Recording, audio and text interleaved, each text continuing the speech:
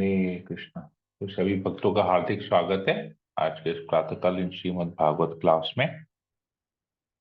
तो हम लोग आज तीसरा अध्याय, दूसरे स्कंद का तीसरा अध्याय पढ़ना प्रारंभ करेंगे। ये बहुत महत्वपूर्ण अध्याय है। इनफैक्ट भागवतम के तो सभी अध्याय बहुत महत्वपूर्ण है, परंतु हमारे लिए, क्योंकि हम साधक हैं, हम साधना भक्ति कर रहे हैं, हम अभी भी भक्ति में उन्नत नहीं है, तो हम जैसे नवसिखियों के लिए, नियोफाइट्स डिवोटीज के लिए, नवसिखियों के लिए ये अध्याय बहुत जरूरी है। इसमें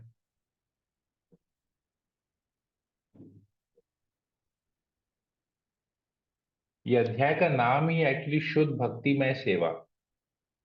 तो क्योंकि हम लोगों को प्रभुपाद जी ने जो प्योर डिवोशनल सर्विस है, जो इंग्लिश का वर्ड है pure devotional service, actually Prabhupada ji ने हमेशा भक्ति का, डिवोशन का ट्रांसलेशन किया ही है भक्ति में सेवा।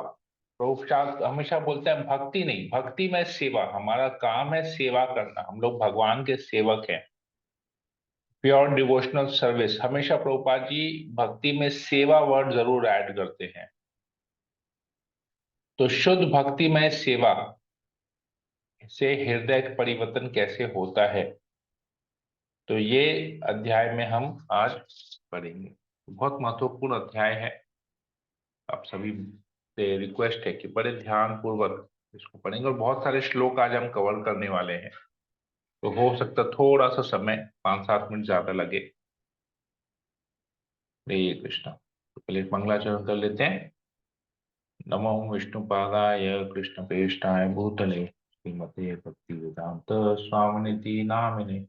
नमस्ते सरस्वती देवे गौरवाणी प्रचारिणे, निर्विशेष शून्यवादी पाश्चात्य देश तारिणे। हे कृष्णा करुणा सिंधु दीनबंधु जगतपते गोपेश गोपिका कांत राधा कांत नमस्तुते। तप्त कांचन गौरांगी राधे वृंदावनेश्वरी वृषभानुसुते देवी प्रणमामि प्रिये। वाञ्छाकल्पतरुभ्यश्च कृपा सिन्धुवैव च पतितानां पावनेभ्यो वैष्णवेभ्यो नमो नमः। जय श्री कृष्ण चैतन्य प्रभु नित्यानंद, श्री अद्वैत गदाधर श्रीवासादि गौर भक्तवृंद। हरे कृष्णा कृष्णा कृष्णा हरे हरे, हरे राम राम राम हरे। मंगलाचरण की जाए। ओम नमो भगवते वासुदेवाय। ओम नमो भगवते वासुदेवाय। ओम नमो भगवते वासुदेवाय। श्रीमद् भागवतम दूसरा स्कंद अध्याय 3, शुद्ध भक्ति में सेवा हृदय परिवर्तन। तो सुखदेव गोस्वामी परीक्षित महाराज से कहते हैं, हे महाराज परीक्षित, आपने मुझसे मरणासन बुद्धिमान मनुष्य के कर्तव्य के विषय में जिस प्रकार जिज्ञासा की, उसी प्रकार मैंने आपको उत्तर दिया है। तो हमने पूरा अध्याय, पिछला पूरा अध्याय पढ़ा कि किस प्रकार क्या क्या कर्तव्य करना चाहिए, ध्यान किस प्रकार परमात्मा पर ध्यान करना चाहिए, किस प्रकार योगिक पोजीशन में बैठ के कैसे ध्यान करके चक्रों को एक्टिवेट करके शरीर छोड़ना चाहिए। तो ये पूरा प्रोसेस हमने पढ़ा पिछले अध्याय में, किस प्रकार सुखदेव गोस्वामी परीक्षित महाराज को बताते हैं। तो वही चीज यहाँ पर कंफर्म कर रहे हैं कि मैंने आपको सब कुछ बता दिया है, अभी मैं और आगे आपको क्या बताने वाला हूं वो देखिए। जो व्यक्ति निर्विशेष ब्रह्म ज्योति तेज में लीन होने की कामना करता है, उसे वेदों के स्वामी भगवान ब्रह्मा या विद्वान पुरोहित बृहस्पति की पूजा करनी चाहिए। जो प्रबल काम वासना का इच्छुक है उसे स्वर्ग के राजा इंद्र की, और जो अच्छी संतान का इच्छुक है उसे प्रजापतियों की पूजा करनी चाहिए। जो सौभाग्य का आकांक्षी है उसे भौतिक जगत की अधिष्ठा दुर्गा देवी की पूजा करनी चाहिए।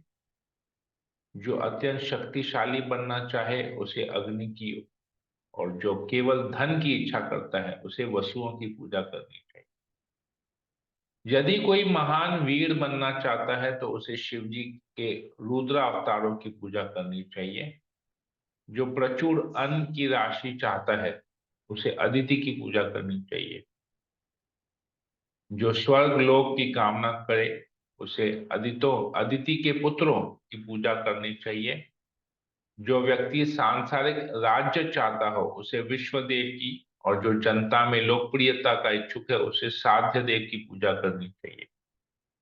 जो दीर्घ आयु की कामना करता है उसे अश्विनी कुमारों की, और जो पुष्ट शरीर चाहे उसे पृथ्वी की पूजा करनी चाहिए। जो अपनी नौकरी पद के स्थायित्व की कामना करता है उसे क्षितिज तथा पृथ्वी दोनों की सम्मिलित पूजा करनी चाहिए। जो सुंदर बनना चाहता है उसे गंधर्व लोक के निवासियों की, और जो सुंदर पत्नी चाहता है उसे अप्सराओं तथा स्वर्ग की उर्वशी अप्सराओं की पूजा करनी चाहिए। जो अन्यों पर शासन करना चाहता है उसे ब्रह्मांड के प्रमुख भगवान ब्रह्मा जी की पूजा करनी चाहिए। जो स्थायी कीर्ति का इच्छुक है उसे भगवान की, तथा जो अच्छी बैंक बचत चाहता है उसे वरुण देव की पूजा करनी चाहिए। और यदि कोई अच्छा वैवाहिक संबंध चाहता है तो उसे शिव जी की पत्नी सती देवी उमा की पूजा करनी चाहिए। तो यहाँ पर अलग अलग चीज बता रहे हैं, ये जितने भी यहाँ पर हैं सब भौतिक जगत के चीजों को लेके है। तो अगर हम में किसी में भी किसी प्रकार की भौतिक इच्छाएं हैं जिसकी पूर्ति हम चाहते हैं तो उसका पूरा प्रोसेस यहाँ लिखा हुआ है। किसकी पूजा करने से हमको क्या मिलेगा, या हम में किस चीज को पाने की इच्छा है तो उस इच्छा को पूर्ति करने के लिए हमको किस देवता की पूजा, देवी या देवता की पूजा हमको करनी चाहिए। रूपा जी तात्पर्य में लिखते हैं, विभिन्न विषयों में सफलता के इच्छुक विभिन्न पुरुषों के लिए पूजा की विधियां भिन्न भिन्न है। इस भौतिक जगत की सीमा में रहने वाले बद्ध जीव प्रत्येक प्रकार की योग्य वस्तु में दक्ष नहीं हो सकता, किंतु जैसा कि ऊपर बताया गया है वह विशेष देवता की पूजा करके उस विशेष पदार्थ के ऊपर प्रभुत्व प्रभाव डाल सकता है। शिव जी की पूजा करने से रावण अत्यंत शक्तिशाली बन गया था। वह शिव जी को प्रसन्न करने के लिए अपने शिरों को काट कर उन्हें अर्पित करता था। वह शिव जी की कृपा से तब तक इतना शक्तिशाली बनता गया कि सारे देवता उससे भयभीत रहने लगे, जब तक कि वह भगवान रामचंद्र को ललकार कर स्वयं नष्ट नहीं हो गया।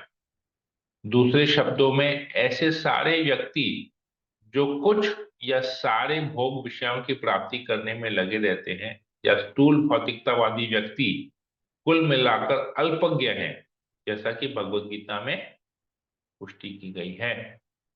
उसमें कहा गया है कि जो सद्विवेक से विहीन है, या जिनकी बुद्धि माया की भ्रामिक शक्ति से हर ली गई है, वह जीवन में विभिन्न देवताओं को प्रसन्न करके या वैज्ञानिक प्रगति के नाम पर भौतिक सभ्यता में उन्नति करके जीवन के सारे भोगों को प्राप्त करना चाहते हैं। इस भौतिक जगत में जीवन की मुख्य समस्या जन्म मृत्यु जरा तथा व्याधि का समाधान ढूंढना है। कोई अपने जन्म अधिकार को बदलना नहीं चाहता, कोई मरना नहीं चाहता, कोई वृद्ध या अशक्त नहीं होना चाहता, और कोई रोगग्रस्त नहीं होना चाहता। किंतु ये समस्याएं न तो किसी देवता के अनुग्रह से हल हो पाती हैं, न तथाकथित भौतिक विज्ञान की उन्नति से। भगवत गीता तथा श्रीमद् भागवत में ऐसे अल्पज्ञ व्यक्तियों का वर्णन सभी प्रकार के सद्विचारों से विहीन व्यक्तियों के रूप में हुआ है। सुखदेव गोस्वामी ने बताया कि जीवों की 84 लाख योनियों में से मनुष्य जीवन अत्यंत दुर्लभ एवं मूल्यवान है। और ऐसे व्यक्तियों में भी वे लोग और भी दुर्लभ है जो भौतिक समस्याओं के प्रति सचेष्ट हो।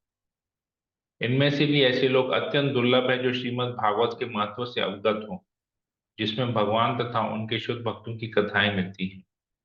मृत्यु सबके लिए अपरिहार्य है, चाहे वह बुद्धिमान हो चाहे या मूर्ख।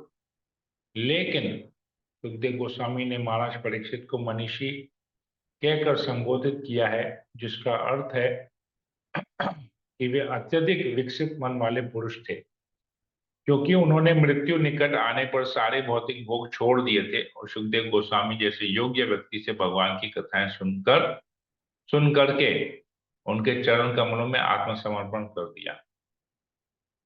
लेकिन प्रयत्नशील पुरुषों द्वारा भौतिक भोग के लिए भी जाने वाली आकांक्षाओं की भर्त्सना की गई है। ऐसी आकांक्षाएं पतित मानव समाज के लिए नशे के तुल्य हैं। बुद्धिमान मनुष्य को चाहिए कि इन आकांक्षाओं से बचे और बजाय इसके भगवत धाम वापस जाकर स्थायी जीवन को खोजें। तो अलग अलग देवताओं की, देवी देवताओं की पूजा की विधि यहाँ पर बताई गई है, किंतु ये सारे अल्पज्ञ के लिए हैं। मतलब जो कम बुद्धि हैं या जिन बुद्धि विहीन है, उनके लिए देवताओं की संस्तुति की गई, क्योंकि उन्हें कोई ना कोई भौतिक लाभ चाहिए होता है इस भौतिक जगत में। तो जन्म मृत्यु बुढ़ापा बीमारी से ये लोग छूटना नहीं चाहते। इन लोगों को पता ही नहीं है कि जन्म मृत्यु बुढ़ापा बीमारी प्रॉब्लम है। हालांकि चाहिए किसी को नहीं, बुढ़ापा किसी को पसंद नहीं है, बीमारी किसी को पसंद नहीं, क्योंकि ये दुख का कारण है। दूसरे के ऊपर निर्भर बन जाते हैं, डिपेंडेंट हो जाते हैं दूसरे के ऊपर। मृत्यु से सब लोग भयभीत रहते हैं। जितना प्लान्स बनाते हैं, मृत्यु तो सब सारे प्लान्स को खत्म कर देती है। तो मृत्यु से पहले बहुत लोग बहुत कुछ करना चाहते हैं। ये भी कर लूं, ये भी सेट कर लूं, ये इसका भी जीवन सेट कर लूं, बच्चों को सेट कर लूं, ऐसा कर लूं, वैसा कर लूं, सब कुछ चाहते हैं। परंतु से छूट कोई नहीं सकता है, चाहे वो बुद्धिमान व्यक्ति हो चाहे वो बेवकूफ हो। छूट तो कोई नहीं सकता, परंतु बुद्धिमान व्यक्ति दोबारा नहीं जन्म लेना पड़े उसके लिए वो प्रयत्न करता है। और जो बुद्धिमान नहीं है वो भोग के लिए, कि पता नहीं कल मर जाए, आज भोग कर लो, उसके लिए प्रयास करता है। तो सुखदेव गोस्वामी आगे बताते हैं, ज्ञान ज्ञान के आध्यात्मिक विकास के लिए मनुष्य को चाहिए कि भगवान विष्णु या उनके भक्त की पूजा करे, और वंश की रक्षा के लिए तथा कुल की उन्नति के लिए उसे विभिन्न देवताओं की पूजा करनी चाहिए। तो अगर आध्यात्मिक ज्ञान चाहिए, स्पिरिचुअल नॉलेज चाहिए, तो भगवान विष्णु की या उनके भक्तों की पूजा करनी चाहिए। बाकी के लिए देवताओं की पूजा करें। प्रभुपाद जी लिखते हैं, धर्म पथ आध्यात्मिक विकास के पथ पर उन्नति करने, अंततोगत्वा भगवान विष्णु के साथ उनके निर्विशेष तेज, उनके अंतर्यामी परमात्मा स्वरूप तथा अंततोगत्वा ज्ञान में अत्यंत आध्यात्मिक विकास के द्वारा उनके साकार स्वरूप के साथ नित्य संबंध में को पुनः जागृत करने की ओर ले जाता है। जो व्यक्ति अच्छा वंश स्थापित करना चाहता है और क्षणिक शारीरिक संबंधों की उन्नति से सुखी रहना चाहता है, उसे पितरों तथा अन्य पवित्र लोगों के देवताओं की शरण में जाना चाहिए। ऐसे विभिन्न देवताओं की भिन्न भिन्न श्रेणियां के पूजक अंततोगत उन देवताओं के लोकों में पहुंच ही सकेंगे, किंतु जो ब्रह्म ज्योति में स्थित वैकुंठ लोकों तक पहुंचा जाता है उसे सर्वोच्च सिद्धि प्राप्त होती है। तो जो देवताओं की पूजा करते हैं, देवताओं के लोग जाते हैं, जो भगवान की पूजा करते हैं भगवान धाम जाते हैं। ये चीज, इसकी संस्कृति भगवत गीता में भगवान श्री कृष्ण भी करते हैं। और जो पितृ की पूजा करते हैं वो पितृ लोग जाते हैं। बाकी जो कहीं पर भी देवताओं के लोक में जाएंगे या पितृ लोक में जाएंगे, दोबारा जन्म लेना पड़ेगा। किंतु जो भगवत धाम जाता है वो दोबारा जन्म नहीं लेता। तो मनुष्य जीवन का लक्ष्य ही है कि भगवान के साथ अपने संबंध संबंध को जो भूल गए, जिस संबंध को हम भूल गए हैं, उस संबंध को पुनः स्थापित करना है। परमात्मा से आत्मा का जो संबंध है उसको पुनः स्थापित करना है, भगवान से जीव का जो संबंध है उसे पुनः जागृत करना है, और भगवत धाम जाना है। तो उसके लिए, भगवत धाम जाने के लिए, वैकुंठ जाने के लिए भगवान की पूजा, उनके भक्तों की पूजा करनी होगी।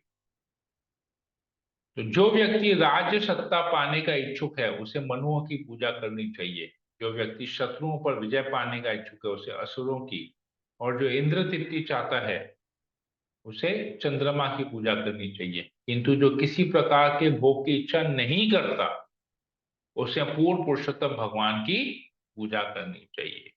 तो भौतिक लाभों के लिए सबकी पूजा करनी चाहिए, इसकी इसकी इसकी इसकी, परंतु जिसको कुछ नहीं चाहिए उसे भगवान की पूजा करनी है, क्योंकि भगवान की पूजा में भगवान को देंगे, भगवान से कुछ लेंगे नहीं, मांगेंगे नहीं, केवल भगवान को देंगे। तो रियल लव, असली प्रेम वही होता है जहां पर हम देते हैं, लेते कुछ नहीं है, केवल देते हैं। देने में जो हमको आनंद प्राप्त होता है उससे बढ़कर कोई आनंद नहीं है।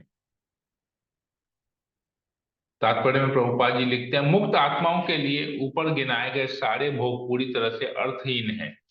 जो लोग बहिरंगा शक्ति के गुणों द्वारा बुद्ध बद्ध हैं, वे ही विभिन्न प्रकार के भौतिक भोगों द्वारा मोहित होते रहते हैं। दूसरे शब्दों में, योगी को की भौतिक भोग को पूरा करने की कोई इच्छा नहीं होती, जबकि भौतिकतावादी समस्त प्रकार की इच्छाओं से युक्त रहता है। भगवान ने घोषित किया है कि जो भौतिकतावादी भौतिक भोग चाहते हैं उनके लिए विभिन्न देवताओं से कृपा याचना करते हैं। जैसा कि ऊपर कहा गया है, वे अपने विवेक में नहीं रहते और मूर्ख सिद्ध होते हैं। अतः मनुष्य को कभी किसी तरह के भौतिक भोग की इच्छा नहीं करनी चाहिए। उसे तो पूर्ण पुरुषोत्तम भगवान की पूजा करने के लिए सजग रहना चाहिए।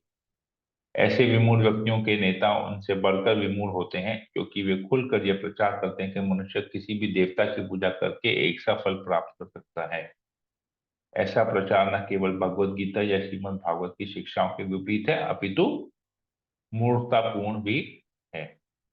यह उसी तरह है जैसे किसी भी यात्री टिकट के बल पर किसी भी गंतव्य को तक पहुंचे का अधिकार जताना। यदि कोई बड़ौदा का टिकट खरीदे तो वह उसे मुंबई या दिल्ली नहीं जा सकता। यहाँ यह स्पष्ट बताया गया है कि विभिन्न इच्छाओं से युक्त व्यक्तियों के भिन्न भिन्न प्रकार से पूजा करनी चाहिए, लेकिन जिसे कोई भोग वासना नहीं है उसे पूर्ण पुरुषोत्तम भगवान श्री कृष्ण की पूजा करनी चाहिए। यह पूजा प्रक्रिया भक्तिमय सेवा कहलाती है। तो शुद्ध भक्ति का अर्थ होता है कि किसी भी प्रकार की भौतिक इच्छा के बिना, जिसमें सकाम कर्म तथा ज्ञान की इच्छा भी सम्मिलित है, भगवान की सेवा करना। भौतिक इच्छाओं की पूर्ति के लिए मनुष्य चाहे तो परमेश्वर की पूजा कर सकता है, किंतु ऐसी पूजा से प्राप्त होने वाला फल भिन्न होता है, जिसकी व्याख्या अगले श्लोक में की जाएगी। सामान्यतया भगवान किसी के इंद्रिय भोग की कामनाओं को पूरा नहीं करते, किंतु वे अपने पूजकों को ऐसा वरदान देते हैं जिससे अंत में वे भौतिक भोग की इच्छा न करके करने के बिंदु पर पहुंच जाते हैं। निष्कर्ष यह निकला कि मनुष्य को भौतिक भोग की इच्छा कम कर देनी चाहिए और इसके लिए उसे पूर्ण पुरुषोत्तम भगवान की पूजा करनी चाहिए, जिन्हें यहाँ परम या किसी भी भौतिक वस्तु के परे कहा गया है। श्रीमद श्रीपाद शंकराचार्य ने भी कहा है, नारायण परो व्यक्तातः, परमेश्वर भौतिक चक्र से परे हैं। तो जिस व्यक्ति की बुद्धि व्यापक है, श्रील सुखदेव गोस्वामी आगे बताते हैं, वह चाहे सकाम हो या निष्काम अथवा मुक्ति का इच्छुक हो, उसे चाहिए कि सभी प्रकार से परम पूर्ण भगवान की पूजा करें। तो अंत में एक्चुअली कंक्लूजन यही है कि कुछ भी हो, सकाम हो, निष्काम हो, मुक्ति चाहिए, हर केस में परम पुरुषोत्तम भगवान की ही पूजा करें। यही अकलमंदी है। जिस व्यक्ति की बुद्धि व्यापक है, मतलब उसका इंटेलिजेंस, हायर इंटेलिजेंस वाला जो व्यक्ति है, वो हर केस में भगवान श्री कृष्ण, परम पुरुषोत्तम भगवान श्री कृष्ण की ही पूजा करता है, यहाँ रेकमेंडेशन दिया गया है। तो भगवत गीता, तो हमको अगर इंटेलिजेंट बनना है या अगर हम समझते हैं कि हम बुद्धिमान हैं, तो हमको भगवान श्री कृष्ण की पूजा करनी चाहिए। अगर हम भगवान श्री कृष्ण की पूजा नहीं करते हैं तो हमारा बुद्धि, भौतिक दृष्टि से लगेगा बुद्धि व्यापक है, परंतु बुद्धि भ्रष्ट है हमारी, अगर हम देवताओं की शरण ग्रहण करते हैं। भगवत गीता में भगवान श्री कृष्ण को पुरुषोत्तम अर्थात परम पुरुष कहा गया है। वे ही हैं जो निर्विशेषवादियों को ब्रह्म ज्योति में लीन करके उन्हें मोक्ष प्रदान करने वाले हैं। यह ब्रह्म ज्योति भगवान से पृथक नहीं है, जिस प्रकार प्रकाशमान सूर्य किरणें सूर्यलोक से, सूर्य गोलोक से पृथक नहीं होता है। अतएव जो परम निर्विशेष ब्रह्म ज्योति में लीन होना चाहता है उसे भी भक्ति योग द्वारा भगवान की पूजा करनी चाहिए, जैसा कि यहाँ पर संस्तुति की गई है। यहाँ पर सर्व सिद्धि प्राप्ति के साधन भक्ति योग पर विशेष बल दिया गया है। पिछले अध्याय में बताया गया है कि कर्म योग तथा ज्ञान योग दोनों का चरम लक्ष्य भक्ति योग है। उसी तरह इस अध्याय में यह घोषणा की गई है कि विभिन्न देवताओं को भिन्न भिन्न प्रकार से पूजा करने का चरम लक्ष्य भक्ति योग है।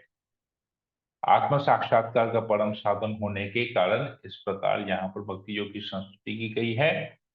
चाहे कोई भौतिक भोग की या भव बंधन से मुक्ति की आकांक्षा रखता, प्रत्येक व्यक्ति को गंभीरता पूर्वक भक्ति योग ही अपनाना चाहिए।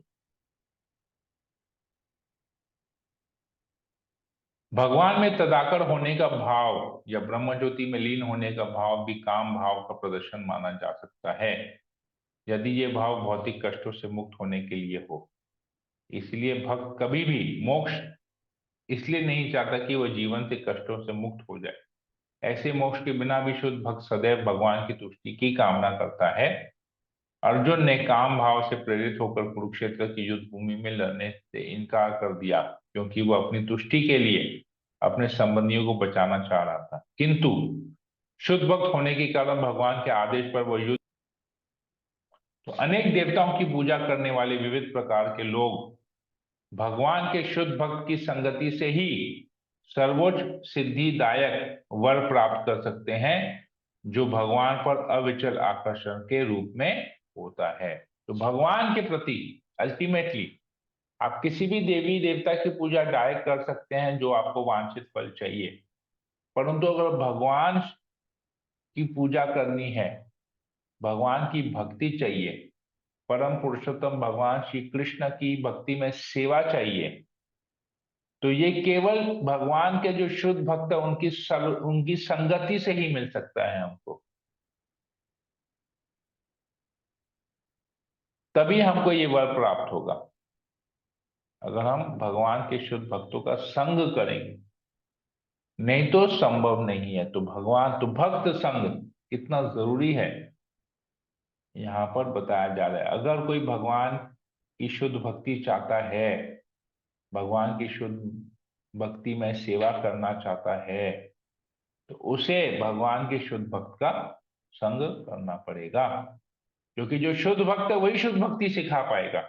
जो भक्त नहीं है वो भगवान की भक्ति में सेवा कैसे सिखा पाएगा? जो सेवक नहीं है वो कैसे? सुखदेव गोस्वामी बताया। तो ये चीज हमारे लिए बहुत इंपॉर्टेंट है। अगर हमको भौतिक लाभ नहीं चाहिए, अगर भौतिक लाभ चाहिए भी तो भी देवताओं के पास जाने की जरूरत नहीं, भगवान के चरण में जाएंगे तो भगवान भौतिक इच्छाओं को पूरी कर देंगे, और साथ ही साथ भौतिक इच्छाओं को पूरी करने के बाद भी भौतिक इच्छाओं को खत्म भी कर देंगे। ये बेनिफिट है। जब भौतिक इच्छाएं ही नहीं रहेंगी तो भगवान के प्रति शरणागत होना भी इजी हो जाएगा, भगवान के प्रति आकर्षण हमारा हो जाएगा।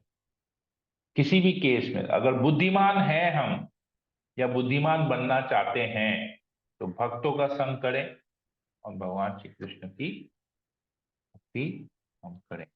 ये चीज यहाँ पर बताया जा रहा है। हरे कृष्णा। तो हम यहीं तक ही रखते हैं। अगर किसी वक्त को कोई प्रश्न हो, कोई कमेंट हो तो मैं यहाँ दे सकता हूँ। ओके, क्या रहा था?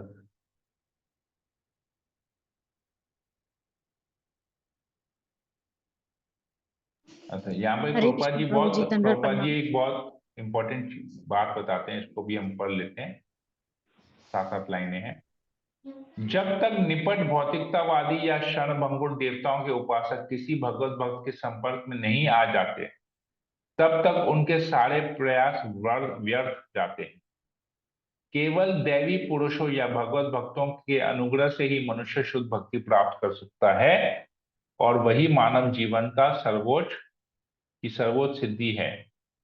केवल शुद्ध भक्ति उसे उन्नतिशील जीवन का सही मार्ग दिखला सकता है। अन्यथा ईश्वर या देवताओं के विषय में कोई सूचना न होना तथा क्षणिक भोग की खोज में देवताओं की पूजा में संलग्न जीवन, ये दोनों ही भौतिकतावादी जीवन शैलियों मृग मरीचिका के विभिन्न पहलू हैं। इनकी सुंदर व्याख्या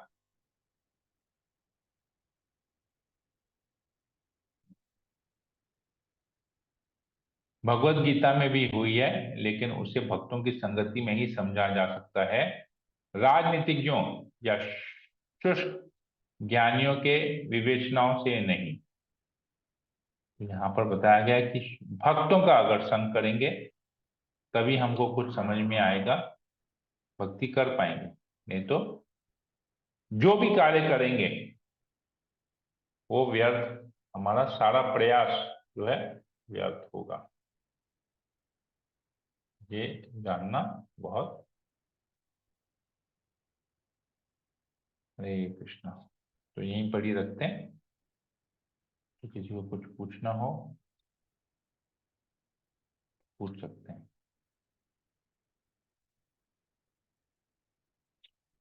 हरे कृष्णा। यस, कुछ पूछना है किसी को?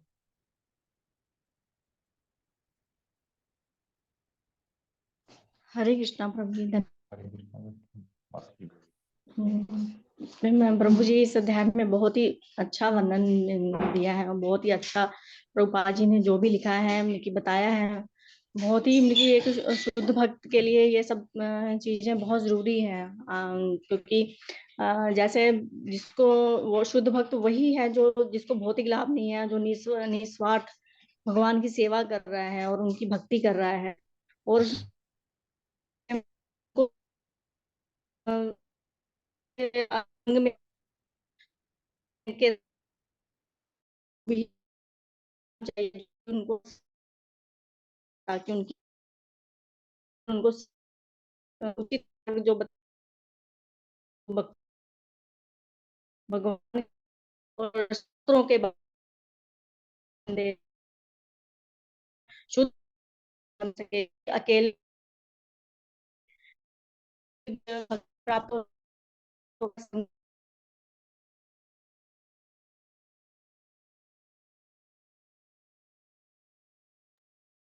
हरे कृष्णा। ओके, मैंने डिस्कनेक्ट हो गया था।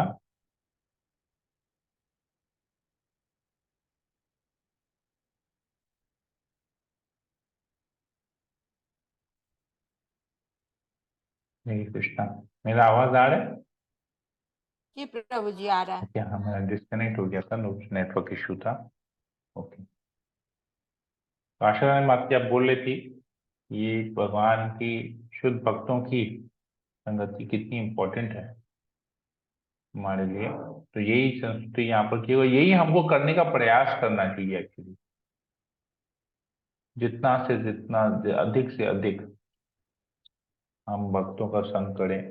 प्रभुपाद जी के ग्रंथों को अध्ययन करते हैं तो हम प्रभुपाद जी का संग कर रहे हैं, क्योंकि हम देखेंगे हमारे जीवन में जो भी परिवर्तन आया है, ये क्लास करके परिवर्तन आया। क्लास में हम क्या चर्चा करते हैं? प्रभुपाद के पुस्तकों को ही पढ़ते हैं, प्रभुपाद के लिखे हुए ग्रंथों को ही पढ़ते हैं। प्रभुपाद ने जिन जिन ग्रंथों का अनुवाद किया है उसी को पढ़ के ही हमारे जीवन में परिवर्तन हुआ है। तो ये प्रभुपाद के ग्रंथों को पढ़ना मतलब प्रभुपाद का संग करना, शुद्ध भक्त का संग करने हैं। शुद्ध भक्त के संग से हमारे जीवन में परिवर्तन आया है। हरे कृष्णा। और किसी को कुछ पूछना है, कुछ बोलना है?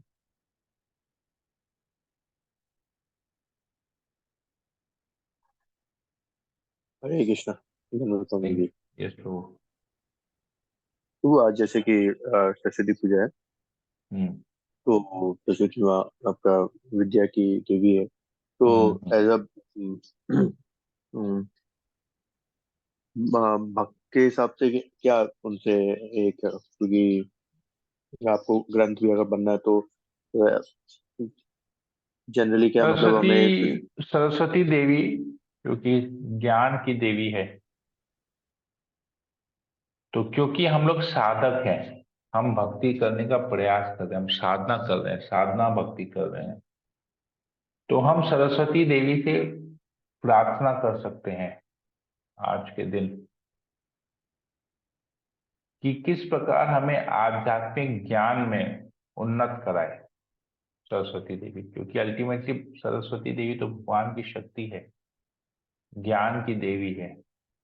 तो हमारे आध्यात्मिक ज्ञान को कैसे उन्नत करें, तो हम सरस्वती देवी से ये प्रार्थना करते हैं। सरस्वती देवी तो शुद्ध भक्त है भगवान की, तो अगर हम शुद्ध भक्त से प्रार्थना करते हैं तो शुद्ध भक्त की कृपा भी हमको मिलती है। भगवान अपनी कृपा भक्तों के माध्यम से देते हैं।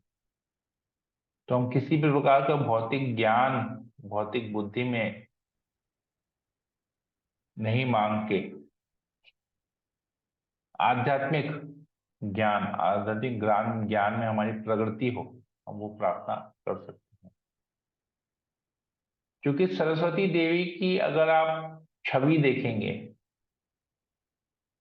या सरस्वती देवी का विग्रह देखेंगे जिसकी लोग पूजा करते हैं, उपासना करते हैं, तो सरस्वती देवी भी चतुर्भुज रूप में रहती है। सरस्वती देवी के एक हाथ में वेद रहते हैं, मतलब वो चाहते हैं कि हम वेदों के सार को समझें, वेद पढ़ें, वेदों के सार को समझें। तो वेद में सब वेदों का सार क्या है? भगवत गीता है। सरस्वती देवी हमको इंस्ट्रक्शंस दे रही है, वेदों के सार को पढ़ो, भगवत गीता को पढ़ो, समझो क्या है उसमें लिखा हुआ। भगवत सरस्वती देवी के एक हाथ में करमंडल है जिसमें जल होता है, तो जल इज प्यूरिफाइंग। जल हर चीज को शुद्ध करता है, शुद्ध करने वाला होता है जल। प्रतिदिन स्नान करना चाहिए, बाहरी रूप से शरीर को स्वच्छ रखना चाहिए, ये बताती है सरस्वती देवी। तो ऐसे सरस्वती देवी के हाथ में जो भी हैं, एक एक चीज संबोधित करता है, संबोधित करता है। तो हमको वो सब चीजों को केवल सरस्वती की पूजा से नहीं, सरस्वती हम क्या संबोधित करती है, हमको उस ज्ञान से, जब वो सटीक ज्ञान हमको होगा तभी हम सटीक तरीके से, सही तरीके से सरस्वती देवी की उपासना भी हम कर पाएंगे। हमको समझना पड़ेगा कि क्या है सरस्वती देवी की प्रार्थना क्यों करनी चाहिए, उपासना क्यों करनी चाहिए, कैसे करनी चाहिए, वो किस प्रकार भगवान श्री कृष्ण से अलग नहीं है। हम लोग, जो लोग सरस्वती की पूजा करते हैं, ज्ञान जिनको नहीं है, वो सरस्वती को भगवान से अलग समझ के उसकी पूजा करते हैं। तो वो भगवान से अलग नहीं, भगवान की शक्ति है, भगवान से अलग कैसे हो। ठीक है, आई होप विनीत मंडल प्रभु मैंने आपका प्रश्न उत्तर दिया। हाँ बाबा जी, हाँ। मैंने कहीं पे सुना भी था कि lot of people who read Vedas and all they keep hmm. Saraswati, मतलब वो जो मतलब बहुत ही डेप्थ में पढ़ते हैं। बिकॉज राइट नो हम्म। अभी जो होता है, जो आप पंडाल में देखते हैं, just for hmm. A social cause, और मतलब एक हम्म। फन का ही काइंड ऑफ होता है कि जस्ट फॉर हम्म। आज छुट्टी हो जाएगी, दे कीप हम्म। इट। क्योंकि मेरे ख्याल से मैंने जो देखा है बंगाल में, कि वो हम्म। सरस्वती की पूजा बस खाली सरस्वती के दिन करते हैं, otherwise they don't worship. If they have any desire they go for Durga, Kali और हम्म। अन्य डेमीगॉड डेमीगॉड। मेरे ख्याल से सरस्वती पूजा का, मेरे ख्याल से मैंने जिन भी बंगाली घर में गया है, मैंने उनका यहाँ पर कभी देखा नहीं। हाँ, आज के दिन भले एक मूर्ति आएगी, पूजा होगा, जो भी घर में अच्छे से पकवान होगा, ये होगा होगा, बस नेक्स्ट डे फिर भसान कर देना है, खत्म कहानी। राइट, राइट, यही है, यही कल्चर है। ये अज्ञान में है ना, अल्प ज्ञानी है, लेस इंटेलिजेंट पीपल। तो लेस इंटेलिजेंट पीपल ही देवताओं की, देवी देवताओं की पूजा करते हैं। ओके, और किसी को कुछ पूछना है, कुछ बोलना है?